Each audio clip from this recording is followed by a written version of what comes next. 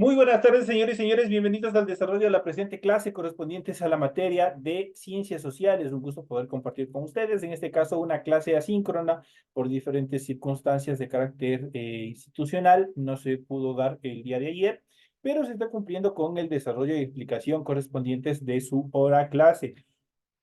Perdón. Vamos a iniciar con el desarrollo de las actividades.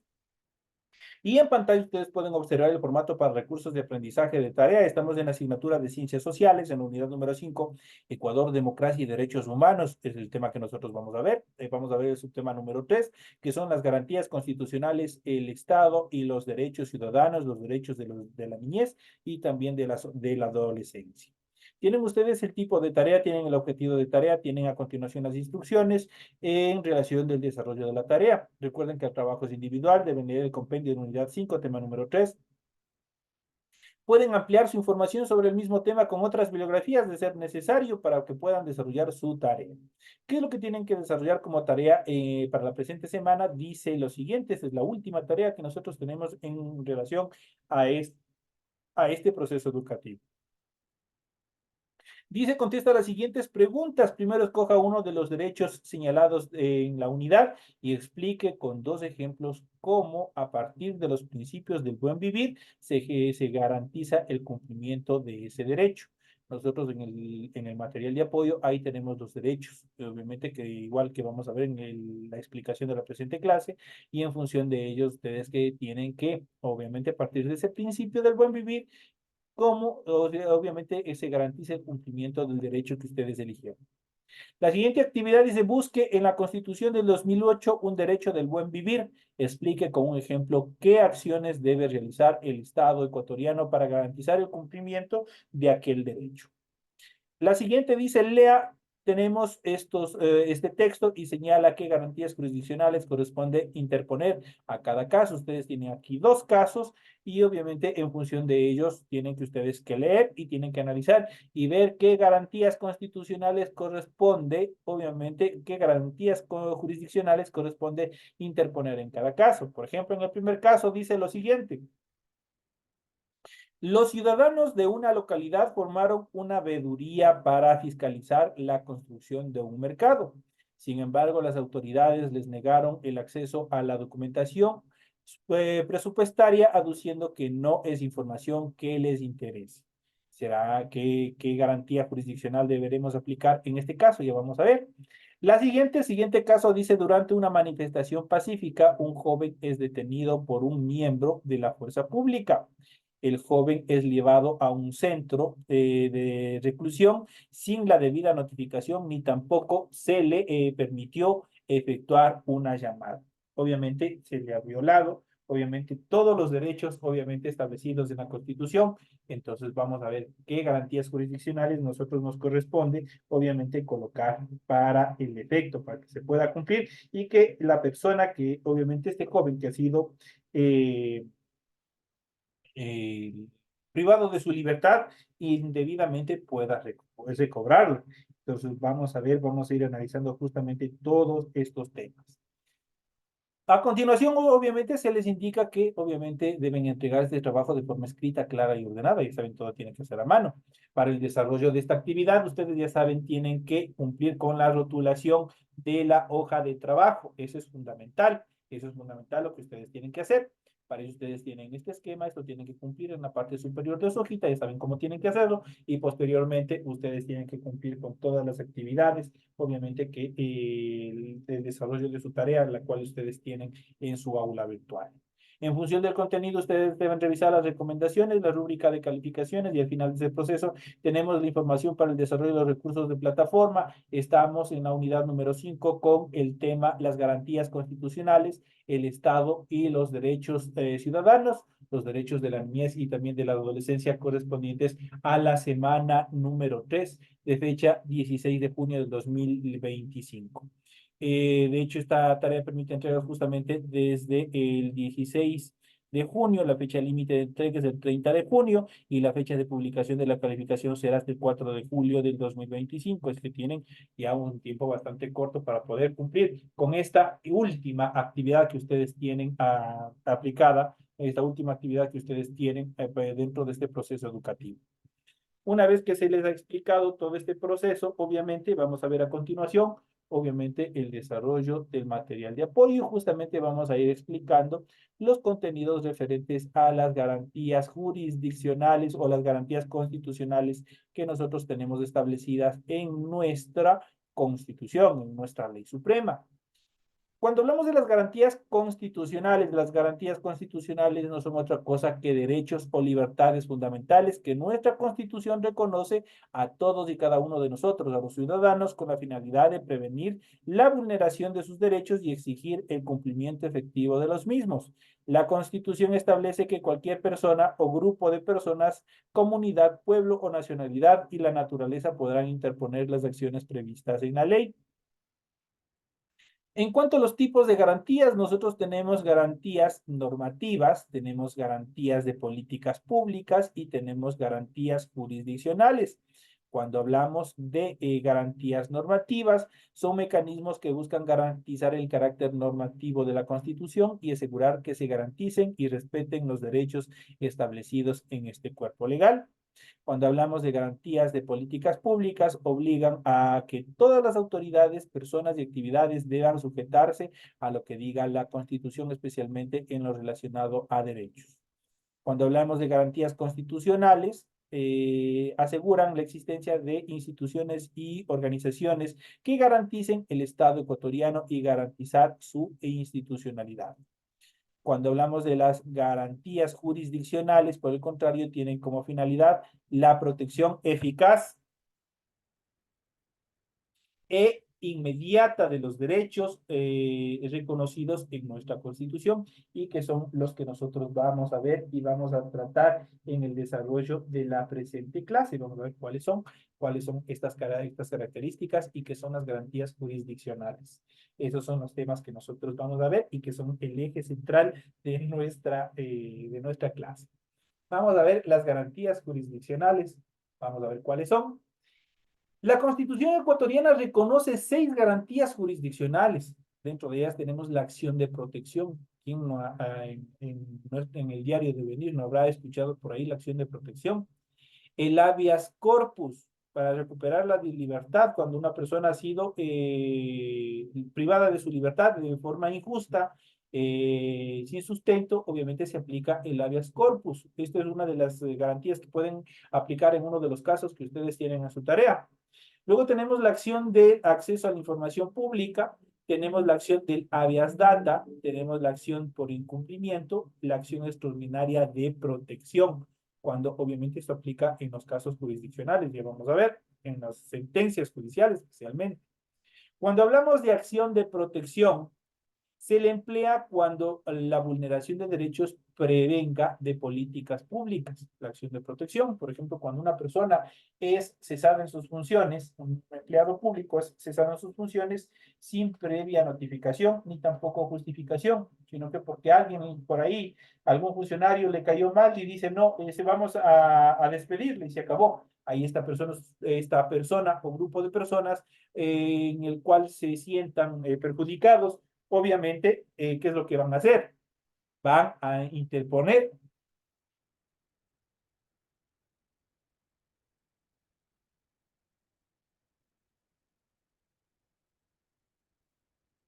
va a interponer una acción de protección. Eso es indispensable. Prácticamente, ¿qué es lo que va a hacer esto? Obviamente va a prevenir la vulneración de derechos que prevengan de políticas públicas, por ejemplo, de actividades en las cuales obviamente el sector público o los funcionarios públicos obviamente hayan vulnerado algún tipo de derechos. Cuando hablamos de acción del habeas corpus, este protege el derecho a la libertad de quien se encuentra privado de ella de forma ilegal, arbitraria e ilegítima.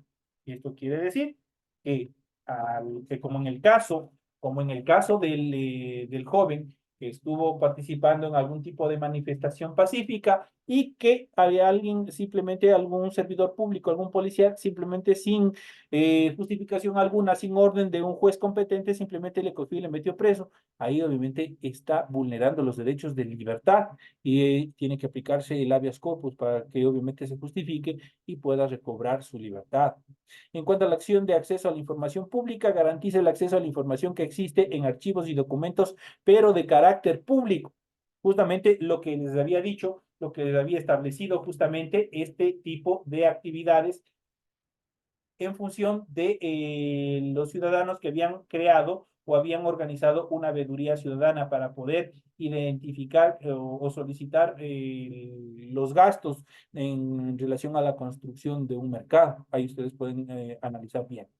En cuanto al habeas data, la acción del habeas data se emplea cuando el interesado directo quiere cualquier información que exista sobre sí mismo y sobre sus bienes en instituciones públicas o también de carácter privado. Entonces, por ejemplo, ustedes cuando van al registro civil, ahí están aplicando el habeas data.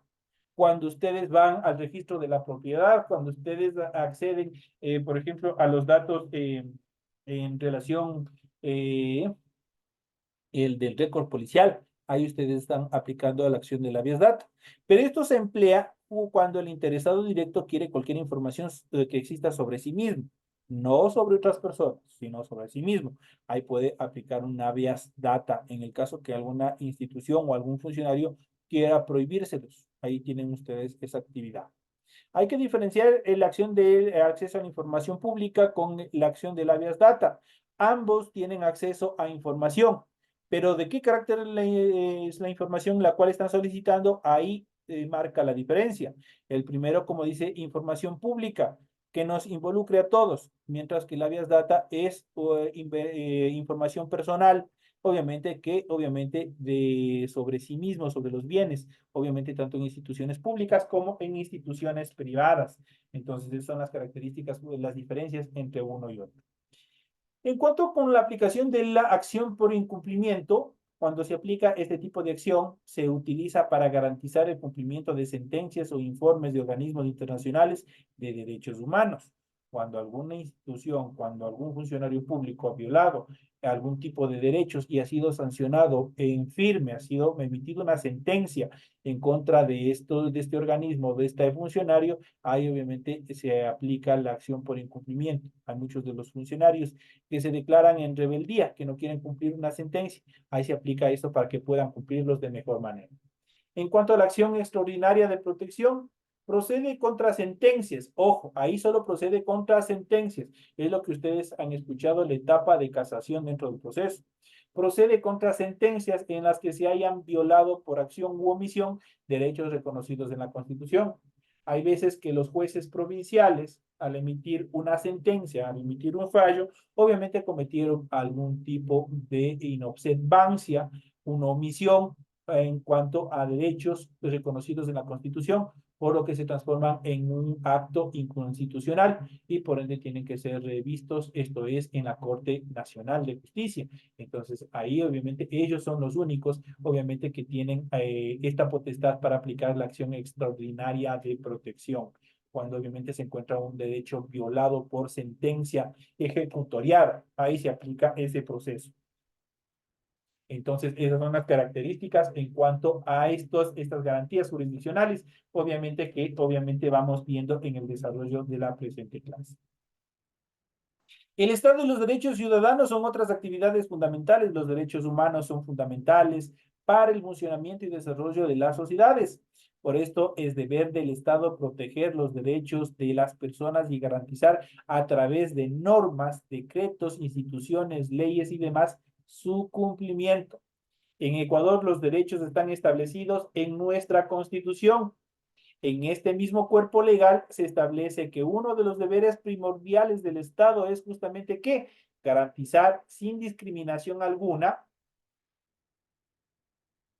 el efectivo goce de los derechos establecidos en nuestra Constitución y en los instrumentos internacionales, en particular sobre la educación, la salud, la alimentación, la seguridad social y el agua para sus habitantes. En cuanto a los tipos de derechos garantizados en nuestra Constitución de la República, podemos mencionar los siguientes. Por ejemplo, ¿quién no ha escuchado el derecho del buen vivir? O el famoso summa causa. ¿Quién no ha escuchado el summa causa?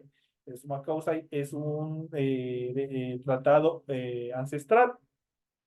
El derecho del buen vivir permite las condiciones de vida adecuadas para el desarrollo de cada persona. Aquí encontramos el derecho del agua, el derecho de la alimentación, de la educación, de la vivienda, del trabajo, entre otras. Entonces aquí ustedes ahí tenían también una pregunta en su tarea. Entonces ahí ustedes ya tienen una idea de dónde ustedes pueden encontrar y dónde ustedes pueden, obviamente, encontrar este tipo de derechos aplicados a suma causa o buen vivir. En cuanto a los derechos de las personas y de los grupos de atención prioritaria, incluyen a las personas, a los adultos mayores, también incluyen a niños, niñas y adolescentes, mujeres embarazadas, personas con discapacidad y personas con enfermedades catastróficas. En cuanto a los derechos de las comunidades y los pueblos y nacionalidades, se fundamenta en el reconocimiento de los derechos colectivos que promueve la preservación de su identidad cultural, territorial, ancestral y formas de organización social. En cuanto a los derechos de participación, hace referencia a la participación de los ciudadanos en la toma de decisiones. Se incluye el derecho a elegir y también a ser electo, desempeñar funciones públicas, la conformación de partidos y movimientos políticos, así de, obviamente, de pertenecer a tal o cual movimiento. Esa libertad, obviamente, está determinada en los derechos de participación.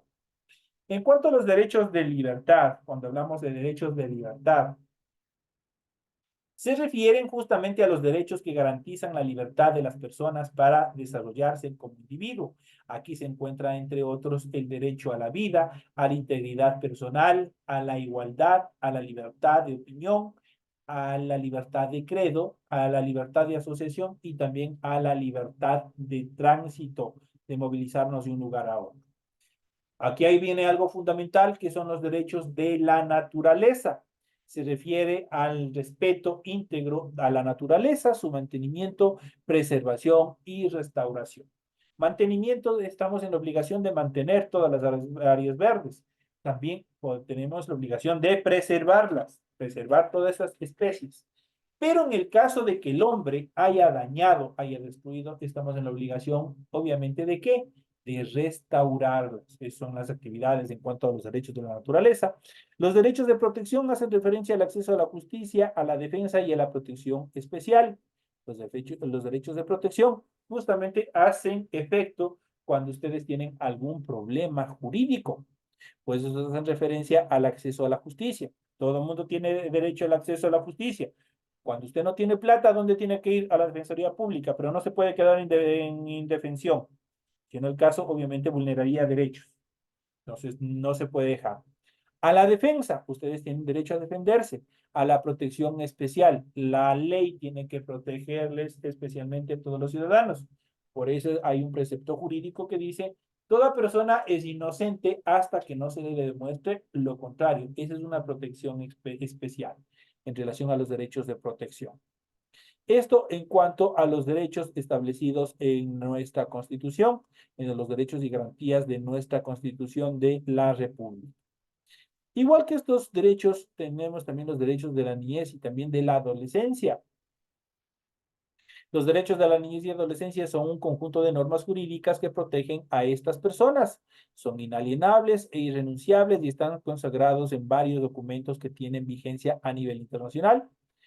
El 20 de noviembre de 1959 se aprobó la Declaración de los Derechos del Niño y en 1989 se firmó en la Organización de Naciones Unidas justamente la Convención sobre los Derechos del Niño, en la cual se reconoce a todos los individuos menores de 18 años como seres con plenos derechos de desarrollo físico, mental y social y que deben ser protegidos por las personas adultas y también por el Estado.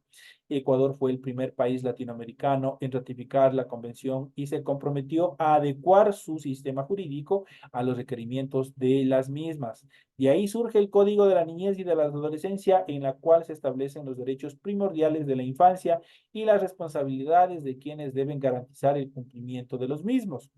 Dentro de estos derechos, los derechos señalados en este código se clasifican de la siguiente manera. La primera clasificación determina el derecho de supervivencia. Incluye el derecho a la vida, a la familia, a la lactancia materna, la atención del parto, a la vida digna, a la salud y a un medio ambiente sano. Este primer derecho, es el primer derecho de supervivencia, obviamente involucra tanto a la madre como al recién nacido. Se establece la responsabilidad del Estado de garantizar, entre otras cosas, el acceso a los servicios de salud y a la provisión de medicina y de familia, de brindar un clima de afecto que asegure una vida digna. En cuanto al derecho de desarrollo humano, incluye el derecho a la identidad, a la identificación, a la educación, a la vida cultural, a la información, al descanso y también a la recreación. Se establece la responsabilidad del Estado de preservar la identidad de los niños, de garantizar el acceso a la educación, de dotar de insumos necesarios, de impulsar actividades artísticas, deportivas y culturales. Para los progenitores se establece el deber de identificación de los niños, de matricularlos en establecimientos educativos y también de participar activamente durante todo su desarrollo. En cuanto al derecho de protección, incluye los derechos de libertad y la integridad. Se prohíbe la utilización de imágenes de niños, niñas y adolescentes para fines bélicos o proselitismo. Y por último, los derechos de participación, al igual que los derechos anteriores, incluyen el derecho a la libertad de expresión, de pensamiento, de reunión y asociación y de ser consultados. Se prohíbe obligar a niños, niñas y adolescentes a participar en algún evento sin su consentimiento. Entonces, eso tenemos que tener mucho cuidado. En cuanto a los derechos humanos, interculturalidad y globalización, los flujos permanentes de bienes materiales, de energía, productos industriales y agrícolas, inmateriales tales como servicios, capitales e información, y humanos, la migración, han generado profundos cambios en la economía, la sociedad, la cultura, entre otros aspectos. La valoración de estas transformaciones es objeto de controversia. Por un lado, algunos de estos cambios se consideran un avance positivo y extraordinario en el desarrollo de las sociedades, especialmente la de los países considerados motores de la globalización. Por otro lado, existen inconvenientes que afectan sobre todo a los países de la periferia o a las capas sociales menos favorecidas. Así, la globalización, por un lado, proporciona la posibilidad de conocer otras culturas y pueblos. La difusión de la cultura ayuda al enriquecimiento cultural de las personas y por tanto el entendimiento entre los distintos pueblos. Pero también por otro lado, la difusión cultural tiene el peligro de que una cultura tome por influencia o imposición las características de otra, sustituyendo la suya propia. Así puede aparecer una cultura global, lo que supondría la pérdida de la diversidad cultural. De igual manera, los derechos humanos son así cuestionados en el sentido de que provienen de la tradición occidental, caracterizada por el énfasis de la libertad individual, que deriva de un antropocentrismo, es decir, se ve al ser humano como un ente superior cuyos derechos deben ser satisfechos o satisfacerse en detrimento de otros seres. En contraposición se encuentran la cosmovisión de diversos grupos humanos que afirman lógicas comunitarias holísticas en torno a vincular la vida espiritual y material en donde el ser humano viva en armonía consigo mismo, con la naturaleza y con todos los seres que le rodean.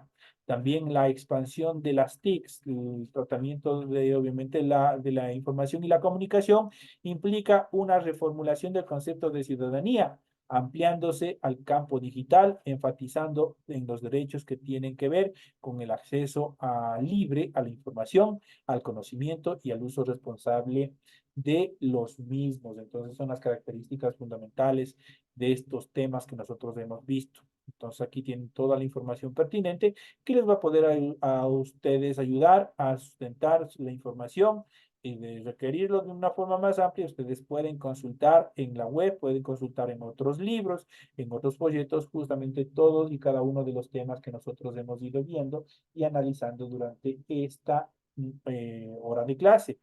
Ustedes tienen aquí toda la información pertinente para que puedan desarrollar toda su tarea. Señores y señores, de esta manera llegamos ya a la parte final del desarrollo de la presente clase. Ha sido un gusto haber compartido con ustedes el desarrollo de la presente clase. Nos estaremos ya viendo en la última clase que tenemos, la próxima semana y con la cual obviamente damos por terminado todo este proceso educativo. Esperemos que todas las actividades se puedan desarrollar ya de manera normal y nos veremos ya en esta última etapa. Señores y señores, un feliz resto de semana.